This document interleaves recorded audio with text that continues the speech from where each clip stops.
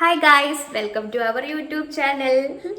ഇന്നത്തെ പുതിയ ഡിഷ് എന്ന് പറയുന്നത് ഒരു ഈവനിങ് സ്നാക്കാണ്. വേണ്ടേ കുമ്പിള് കുത്തി വെച്ചിരിക്കുന്നത് കണ്ടില്ലേ? അപ്പം നമ്മൾ ഇന്നത്തെ സ്പെഷ്യല് വയണയിലപ്പം ഉണ്ടാക്കാൻ പോവാണ്. ഈവനിങ് സ്നാക്കായിട്ട് വയണയിലപ്പം എല്ലാവർക്കും അറിയാം, സിമ്പിളാണ്. എന്നാലും റോസിയുടെ സ്പെഷ്യൽ വയണയിലപ്പം എങ്ങനെയാണെന്ന് നോക്കാം കേട്ടോ. വാ. ഗോതമ്പ് പൊടി ഒരു 2.5 കപ്പ്, പിന്നെ ഒരു 200 ഗ്രാം ശർക്കര. പാളന്തടമ്പഴം ചെറുതായതുകൊണ്ടാണ് നമ്മൾ 6-7 എണ്ണം എടുത്തേക്കുന്നത്. പിന്നെ ഏലക്ക പൊടിച്ചത്, പഞ്ചസാരയും കൂടി ഇട്ടാൽ പൊടിച്ച് വെച്ചേക്കുന്നത് കേട്ടോ, അല്ലാതെ നല്ലോണം പൊടിഞ്ഞില്ല. പിന്നെ തേങ്ങ. ഇതെല്ലാം വെച്ചിട്ട് നമുക്ക് പെട്ടെന്നൊരു ഈ വയണയിലപ്പം ഉണ്ടാക്കാം. നമുക്ക് ഈ പഴവും ശർക്കരയും കൂടെ അരച്ചിട്ട് വരാം. ഇതിൻ്റെ ശർക്കരയും പഴവും അരച്ചെടുത്തുകൊണ്ട് വന്നതാണ്. ഇതിനകത്ത് ചേർക്കാം.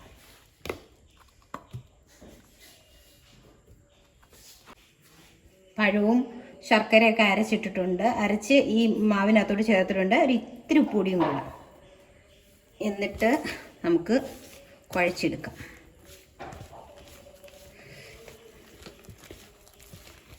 ഇച്ചിരി വെള്ളമായെങ്കിൽ ഇച്ചിരി പൊടിയും കൂടി ഇട്ട് കൊടുക്കാം.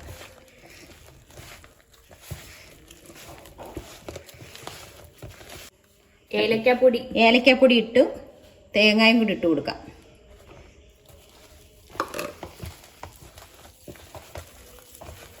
എന്നിട്ട് നന്നായിട്ട് അങ്ങോട്ട് കുഴച്ചെടുത്ത്. അതാണ്ട് ഇതാണ് അതിൻ്റെ പരുവം കേട്ടോ. ഇതാണ് അതിൻ്റെ പരുവം. ഈ കുറേശ്ശെ കൊട്ടെടുത്ത് ഇങ്ങനെ അങ്ങോട്ട് വെക്കുക. ഇതെല്ലാം അങ്ങനെ ഫില്ല് ചെയ്യണം. തിണ്ടേ വെള്ളമൊക്കെ ഒന്ന് തൊട്ട് ഇങ്ങനെയൊക്കെ ഒന്ന് വെച്ച്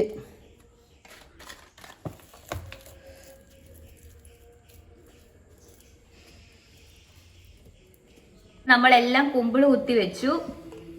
പാത്രം ഇഡ്ഡലിക്കുട്ടകം വെച്ചു. തീ കത്തിച്ചു. കുമ്പിള് കുത്തിയതെല്ലാം നമുക്ക് പറക്കി വയ്ക്കാം. ഇങ്ങനെ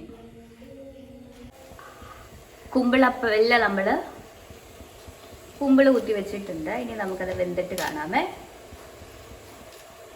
ഈ ഗൈസ്, ആവി വരുന്ന കണ്ടോ? ആവിയൊക്കെ വന്നു. നമ്മളുടെ അപ്പം റെഡി ആയിട്ടുണ്ട്. ഇനി നമുക്ക് നേരെ ടേസ്റ്റിങ് ചെയ്യാം അല്ലേ? എല്ലാവരും ഒന്ന് ഉണ്ടാക്കി നോക്കണം കേട്ടോ. ഈ റെസിപ്പി വെച്ചിട്ട് വയണയിലൊക്കെ കിട്ടിക്കഴിഞ്ഞാൽ അപ്പോഴേ ഉണ്ടാക്കി നോക്കണം കേട്ടോ. ഓക്കെ. അപ്പൊ നമുക്ക് ടേസ്റ്റ് ചെയ്യാം. ഇതിൽ ഇല ഇല്ലാത്തത് കൊണ്ട് ഒരെണ്ണം വാഴയിലേക്കകത്ത് വെച്ച് അഡ്ജസ്റ്റ് ചെയ്തു. അപ്പൊ നമുക്ക് എന്തായാലും ടേസ്റ്റ് ചെയ്ത് നോക്കാം. ബാ ഗൈസ്, കുമ്പിളപ്പം നല്ല ചൂടുണ്ട്. അത് നമുക്ക് ഇലയൊക്കെ പൊളിച്ച് വെച്ച് ടേസ്റ്റ് ചെയ്ത് നോക്കാം. ആവി പറക്കുന്നുണ്ടോ?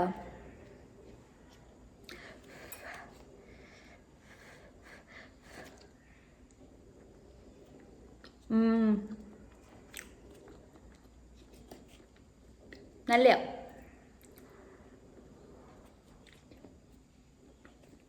സൂപ്പറാ.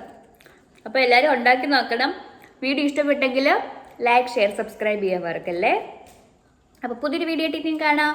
ബൈ.